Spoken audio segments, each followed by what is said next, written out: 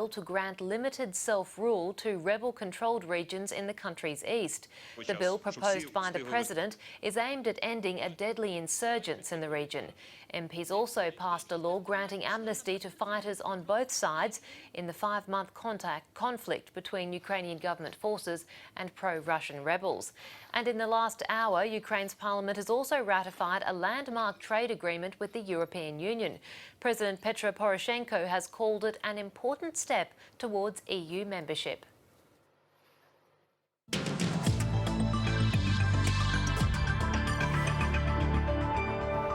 Showers and thunderstorms have moved off the east coast as a trough now moves out into the Tasman Sea, but there's another front moving up from the south, and this one contains some very cold air.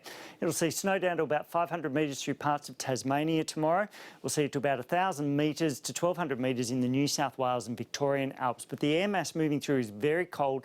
It's also very dry, so we're not talking significant falls, but there will also be widespread showers in Victoria and Tasmania, tending isolated in New South Wales, with hail also possible in Victoria and Tasmania. Got mostly dry and sunny conditions, though, away from that southeastern corner. As far as Adelaide and Canberra go, if we do see any showers, they will be very light and very isolated. And that is the news for now. I'm Melissa Hamilton. Do stay with us for The Drum with Julia Baird.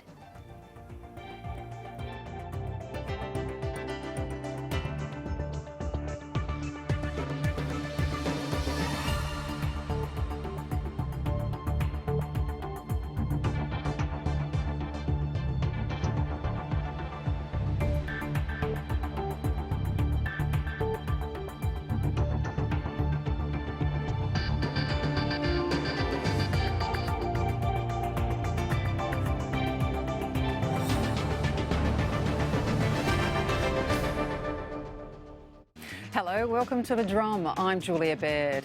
Coming up, on their way, the first deployment of Australian troops to the Middle East.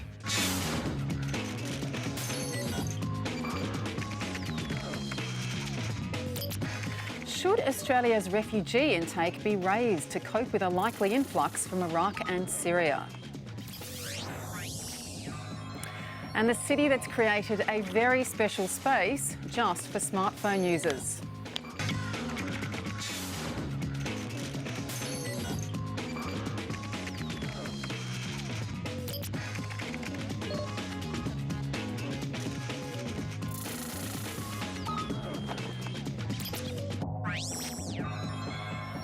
Joining me on the panel, Deputy Director of the Sydney Institute, Anne Henderson, Deputy Editor of The Australian, Peter Fray, and in Canberra, the Executive Director of the Chifley Research Centre and former Labor Advisor, Michael Cooney.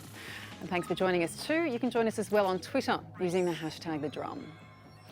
Now, the first members of Australia's 600-strong military contingent have been deployed to the Middle East, with more on their way over the coming days.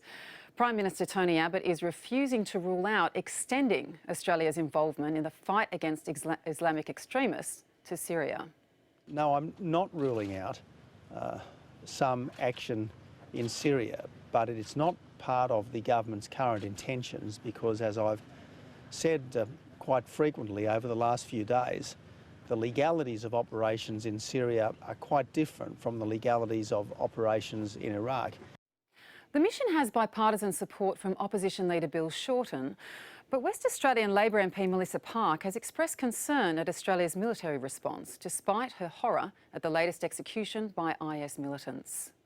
I'm very concerned that the government has so quickly escalated Australia's involvement in Iraq from strictly humanitarian protection to now committing Australia to what appears to be an open-ended war that will only increase the security threat to Australians, a threat that is already heightened by our involvement in the 2003 Iraq debacle. Michael Cooney, are we now at war? Well, the Prime Minister doesn't want to say that, does he? He's wanting to emphasise that it's a mission. And President Obama's spoken fairly clearly and in fairly specific terms about a counter-terrorism role, so that while we'll have soldiers in the country, that they won't be pursuing combat themselves. That's an important distinction. But I think the related point is just there's some confidence, speaking for myself at least, in President Obama's leadership. The way he's spoken about this has been measured. and quite deliberate. He's outlined the case and built a coalition fairly carefully, and that's encouraging, I think. Do you see this as a careful coalition building, Peter Fray? Some have said we went out too early. We should have waited till at least the UK was on board as well. And yeah, no. Look, I think where we're at is right now, as we speak, Australia looks like we're a little bit out on a limb insofar as we've got a lot of details around what we're going to do. But over the missing a lot of details. Yes, right. but also we've got numbers. We've told how many Right. troops. We've told what we're going to do with those troops. We've told about the planes. So I think we're out there and we look like we're a little bit out in front of the debate. But clearly what's happening behind the scenes, we saw it in Paris last night, we're going to see it over the next few days in the UN and going through to the big meeting next week, is that this coalition is being built. And I think, Obama, with Abbott's support and others, is building a very careful coalition. I think what they're doing is absolutely right. Anne Henderson, what did you make of Melissa Park's concerns? And is this, in fact, good to have a sign of dissent because it leads to healthy debate? Well, healthy debate's fine. There's obviously bipartisan support from the two major parties, but you'll always get the left of the Labor Party being more aligned with the Greens than with their own party on some things, especially defence. You go back to 1939, 1940, and Curtin took a long time to agree to our mobilisation of troops to fight Hitler. And, you would think that the Labor Party was ready to send anyone to fight Hitler, but they didn't want to do it because the left of the Labor Party was caught by the Nazi-Soviet pact. So there's always going to be these combinations. And I think this coalition of the waiting, as they call it, is a remarkable achievement in that if you look at some of the articles about the different tensions, I mean, Turkey's got 49 diplomats caught by ISIS and held hostage at the moment, and yet they are showing a willingness to be at least a backroom supporter. The allies NATO would like them to be stronger. We've got problems with Syria, we've got problems with Iran worrying that this is going to, invade their territory, or certainly Syria. But if you look at the combination, it's quite unique. It's a new story. And I'm struck the that alliance, Michael, yes. This isn't just a question of left dissent on the war. The IPA has been out today raising questions. It's probably fair to say any individual IPA member has more influence over the government than any individual Labor left faction member. Can I just say that the IPA these days is a libertarian organisation. It is not a pro-liberal in the sense of the old days, pro-liberal supporting group. But it has very had some influence. About a reasonable amount of influence over the government. like the Cato Right. Institute in Washington. But it has had some influence on the current Well, government. maybe, but in terms of the Labor Party histrionics, whatever you want to say, there's nothing surprising in what Melissa Parker. But do you see this as histrionics? Because is it not legitimate I questions don't mean to that in say? that sense. I just mean the outspokenness, the tremors, the tremors. Okay, well, the actual what she's actually saying about, I mean, Peter addressed escalation before. I mean, there's also concerns, aren't there, Michael, about whether we are in fact at greater risk. And in 2004, Mick Keelty, of course, former police chief, said because of our actions in Iraq, we were actually at greater risk. And they said the same thing in the UK. Are these not important questions to ask?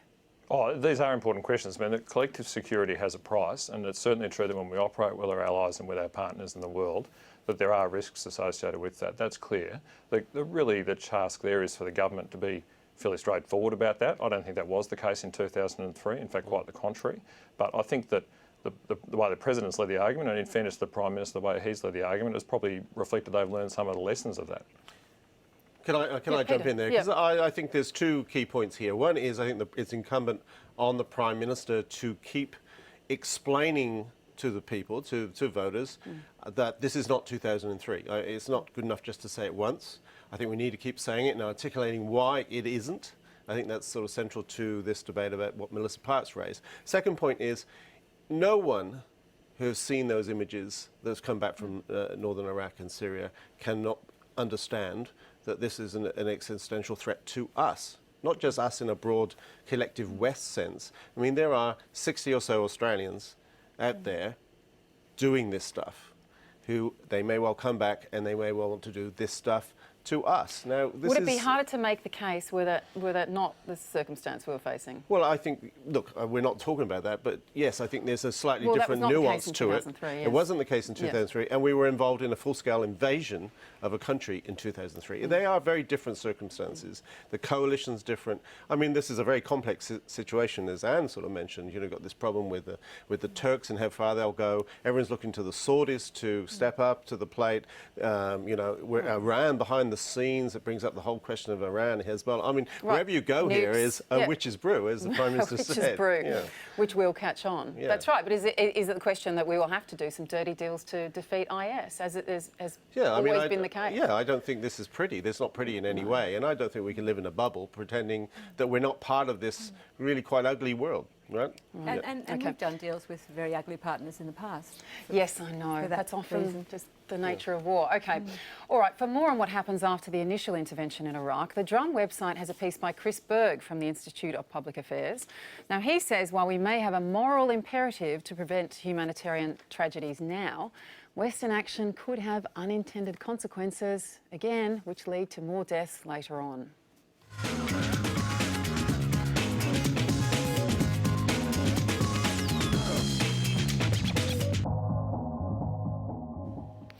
Perhaps mindful of more Labor dissent on Iraq, Bill Shorten has called for a rise in Australia's refugee intake as part of humanitarian efforts in the region. Now, he says it might be time to discuss taking more displaced people from Iraq and Syria. I think that when we look at the fact that we're having potentially military operations, humanitarian relief comes in many forms, but not the least of which is support for refugees to come to Australia, especially if they can't live in their old towns and villages. I'll be introducing a bill next week when we're back in Parliament to restore Australia's refugee numbers to 20,000. This would be a good start. Restoring through the Parliament the number of places to refugees so that when we do send our troops into a war zone, we know that we are doing everything we can to help those civilians on the ground be able to reach safety and protection. Anne Henderson, given your work with refugees over the years, am I right to think that you might think this is a good idea? Look, it's always a good idea. Our problem at the moment is that we have a backlog of boat people of 30,000 or more that have to be resettled, that have been sitting in detention, and might I say detention is a most miserable fate, and my belief has always been that we should stop unlawful arrivals as best we can and not have people in detention and get these people out. Now, when you talk about refugees and people say, oh, this country's got millions of refugees, whatever, we don't just take refugees and put them in tents. We take refugees and we resettle them as citizens in time. And it's a huge amount. I mean, Morrison the other day said it's a $2 billion cost. And right at a time when the country is cutting back for good reason on a budget that's unsustainable, you're going to have a squeeze. Now, they have said, the government, that they'll take 4,000 from the conflict areas that we're dealing with at the moment. That is probably just reprioritising. You know, people in Africa won't get in as quickly as maybe people out of Iraq. But I feel for all of these people, there's millions of refugees. If we can put the numbers up, that's great.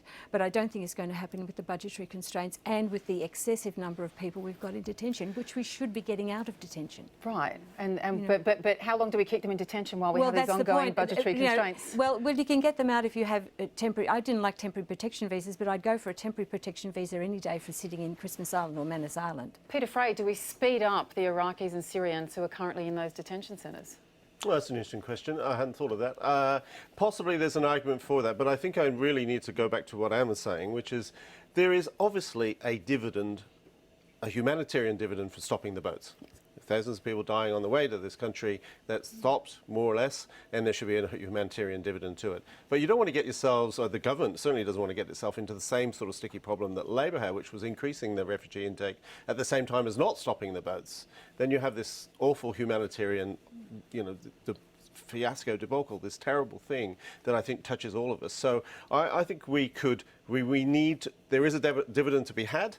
Is it to be had right now? I think that we need to see more action in terms of resettlement from the camps. Okay, yes, Michael. I find the discussion about the cost of this very strange. The commitment to the mission has cost $500 million announced in an hour. Well, that's just what it costs, right? How we then say, oh, well, it's impossibly difficult given the incredible budgetary constraints to expand the refugee intake, or for that matter, foreign aid where $500 million has been cut, or for that matter, Indigenous affairs where $500 million has been cut. And yet there's $500 million for this announcement, basically, whenever it's on tap. I think that actually tells you something about how real the budget argument is and how urgent the decisions really do need to be. OK, well, let's bring in our guest tonight, who's been working in this area for many years now. It's Erica Feller, the former Assistant High Commissioner of the United Nations Refugee Agency, the UNHCR. And she's now a Vice-Chancellor's Fellow at Melbourne University. And she joins us now for her first television interview since leaving her role at the UNHCR. Welcome to The Drum. Thank you, Julia. Now, first of all, what do you think of this, this proposal that we've been discussing? Bill Shorten's suggestion that our humanitarian intake be increased to allow more asylum seekers to come here from Iraq and Syria. Well, I can only agree with it. I think it's a very good suggestion with some caveats. And the first caveat I would make is that it wouldn't be, it would be something in addition to the current quota of Australia. Australia, I think, it used to offer 20,000. It went back down to 13,000. If it goes up to 20,000, that would be to raise the regular quota of Australia, and then to add to it some additional places for Syrians and Iraqis, I think is a very good idea. I say that because there has been a long debate in Geneva about offering extra places for resettlement for people who are coming out of these conflict zones, a kind of special solidarity effort, which I hope this will be a part of. Right, it's often said that we are, one of the most generous resettlers in the world when it comes to asylum seekers. In your experience globally, is that correct? From a resettlement perspective, Australia is one of the top three, yes. There's the United States, Canada and Australia. But in terms of raw numbers that it receives on a yearly basis, I think Australia is quite low down. In fact, I mean, if you look at Germany, for example, it received 100,000 applications for asylum last year. And in addition, it took resettlement cases from Syria in particular. So the numbers are not very high if you look at them in total. Right, now one of the core parts of your role at UNHCR was overseeing regional cooperation when it comes to this matter. How do you think Australia has done in this area? I think it could do a lot more, frankly speaking. Australia was very, very supportive of the idea of regional cooperation several years ago, and in fact it was thanks to Australia, and indeed it was thanks to the then Foreign Minister of Australia, Kevin Rudd, that the Bali process states agreed to the idea of a regional cooperation framework, agreed to the idea of creating a regional support office. And the theory behind that was that this office and this cooperation framework would lead to the building up of regional systems, lead to the strengthening of national asylum systems and creating cooperation frameworks for solutions. What's happened is that the momentum over the recent time has been thoroughly lost, and the idea of regional cooperation is centering ever more directly again on dealing with transnational crime and people smuggling. So the idea of building up asylum systems in the region is taking a very poor second place to transnational crime and people smuggling. So what you've just said, though, seems to be at odds with the UNHCR's position on, say, for instance, a resettlement idea to Cambodia. I just wonder if you could explain that a little bit more for us. Oh, it's not UNHCR's idea to resettle people I'm in saying, Cambodia. no, that's what I'm saying, but the UNHCR seems to be opposed to it. UNHCR is opposed to transferring of responsibilities from a country that can actually deal with them and has the resources and the capacity to deal with them to a country that doesn't have the resources and capacity to deal with it. So UNHCR, and I'm not speaking for UNHCR now, of course, I'm speaking in an independent capacity, but I understand UNHCR's position to be that Cambodia, albeit a party to the 1951 Convention, doesn't have in place a functioning asylum system and doesn't really have the capacity to integrate and offer a self-sustainable resettlement option for people going there. So that's the problem, but that's not regional cooperation as such. That's a bilateral arrangement, it would be a bilateral arrangement between Australia and Cambodia.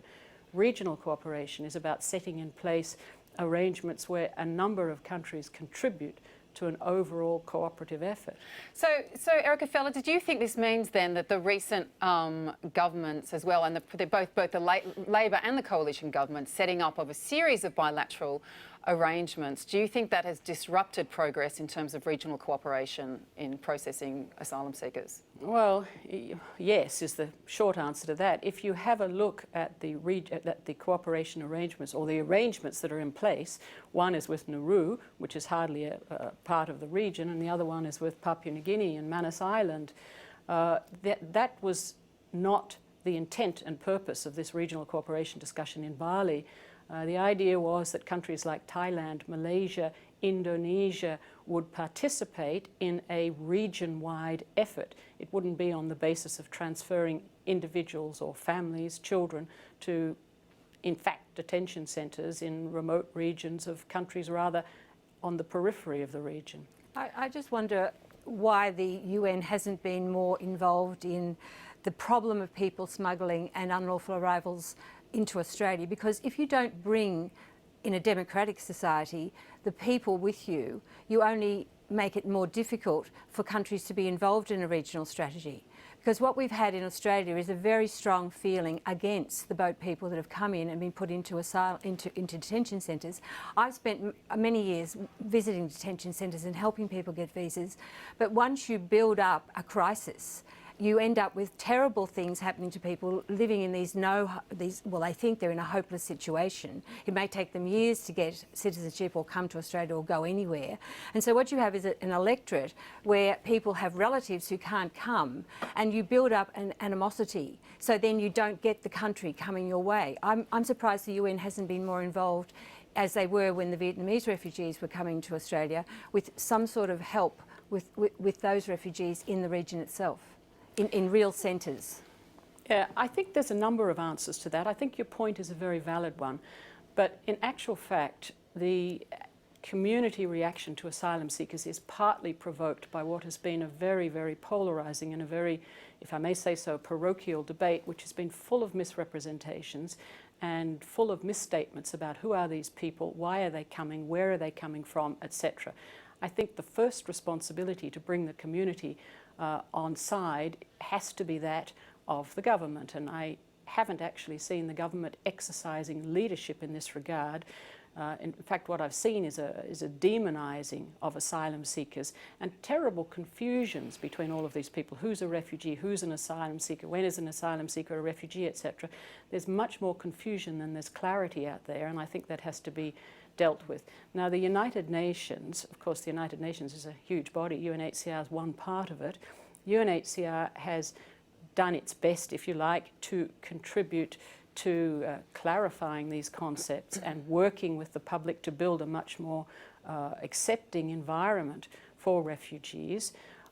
It has acknowledged, and it will continue to acknowledge, I'm sure, that people smuggling is a scourge, that it is a crime, that it needs to be dealt with resolutely. But stopping people smuggling is not the only answer to resolving this problem of boats. People are getting on boats not because the people smugglers are there, they're getting on boats because of the situation in their own countries which drive them to get on boats. They're getting further on boats because of the situation, the inadequacy of the situation in countries of first asylum where they arrive. And of course, you know, it's quite understandable that you see a number of them turning up here. Now, you talked, I think, about what's the UN doing. I think we also have to get that a bit into context, because I've heard quite often since I've been back here that there is a responsibility on the United Nations to solve this issue. There are 51 million people out there today, biggest displacement situation since World War II, which the agencies like UNHCR are trying to deal with. A very, very small part of that problem is here in this region. The agencies are overstretched and under-resourced, and there is just a series of huge crises out there. So I think, you know, under the circumstances, it would be rather difficult to expect an organisation like UNHCR to transfer a lot of resources here to the region to set up major refugee status determination processes in substitute for what is actually a government responsibility, a state responsibility. Right, now, Erica Feller, I did actually want to ask you about the remarks made recently by the new UN High Commissioner for Human Rights, who singled out Australia for criticism in his opening address. I want to know how significant you thought that was, and if you agreed with him. Are we guilty of a chain of human rights violations in Australia? Well, I don't think I'd be so dramatic. I was very surprised by that address, and I think it shows the measure of consternation that Australia's policies have received overseas, that in his maiden address, which I think it was to the Human Rights Council, he devoted a whole paragraph actually to the situation of asylum seekers and in detention in Australia and elsewhere. So I think we should be worried, we collectively in Australia should be worried about what's happened to Australia's international reputation and standing.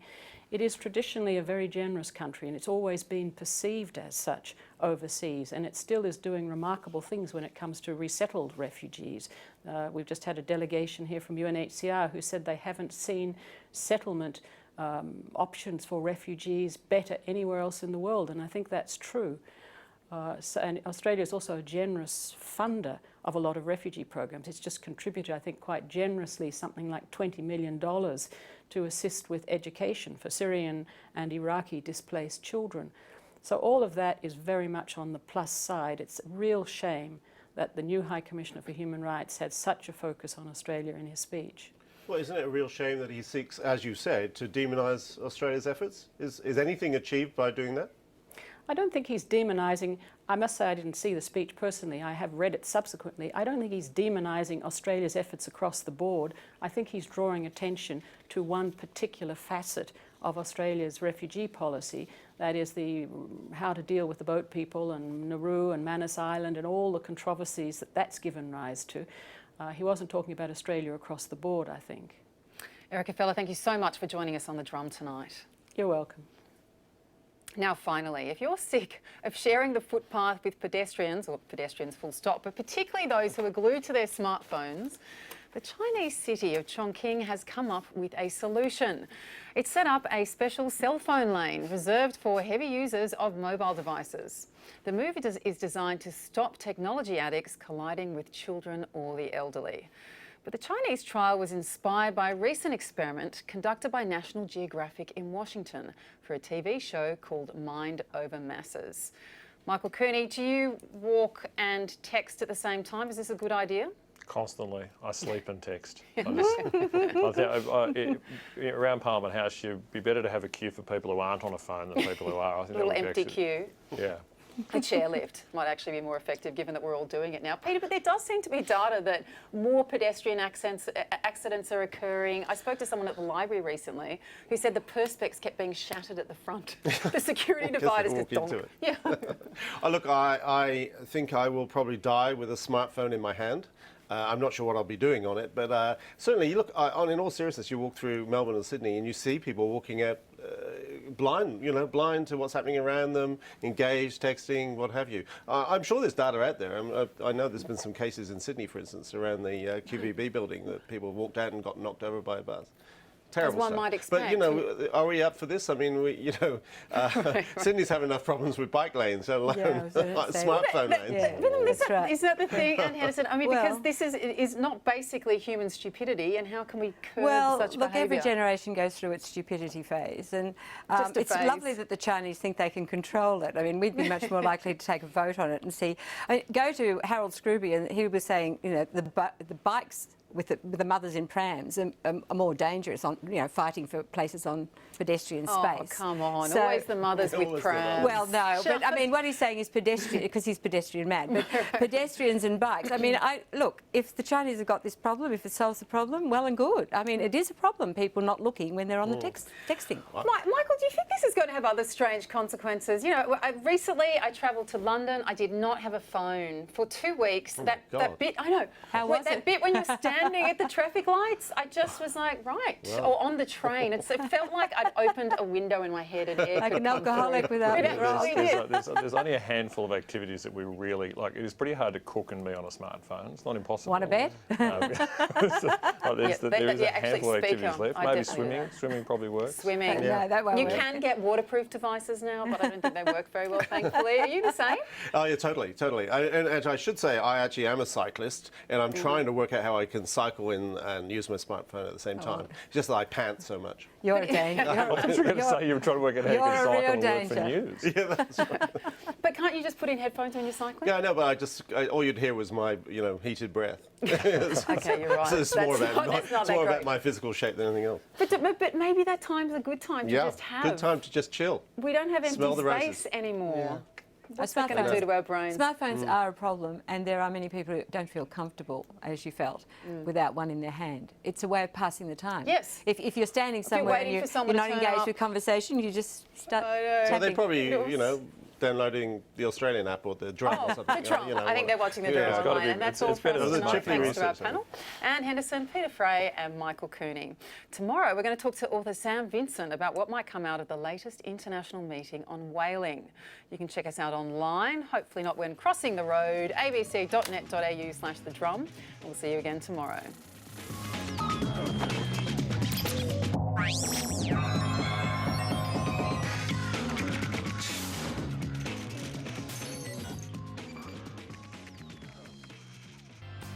Tomorrow on News Breakfast, we're going to talk about sex. Now I've got their attention. And mine. Actor turned director Josh Lawson joins us to talk about his new movie, The Little Death. And Triple J's Anne Rowe is back with the latest news from the world of music. We hope you can join us. On Four Corners, China's high rollers are coming. It's a fantastically huge market. But who are the junket operators bringing them here? This is not Mother Teresa and her sister. If that's who's dealing with your casinos in Australia, you have a problem. On Australian Story, she's the Aussie star maker. Those that are in the know exactly who she is. With a drama-packed life. I'd just give her a kiss on the forehead and just hand her over. I kept my walls up. I didn't tell anyone. Until now, on ABC News 24.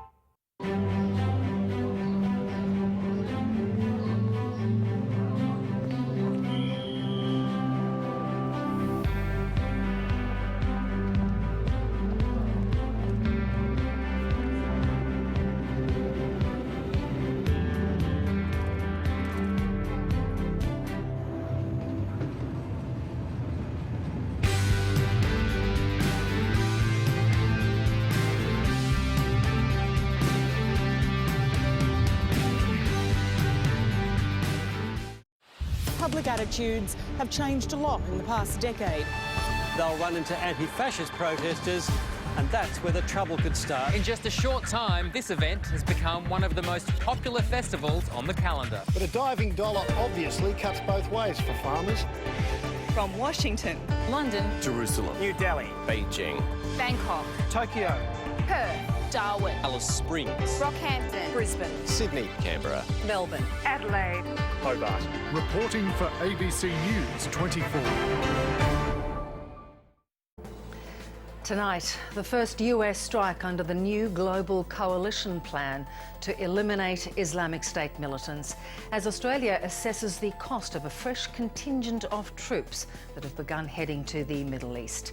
You are watching The World.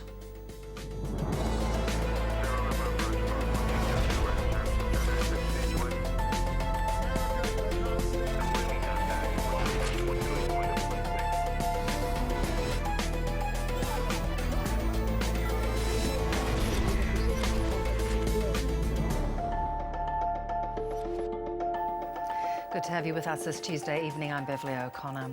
Also coming up, a global coalition on another front formed to fight Ebola.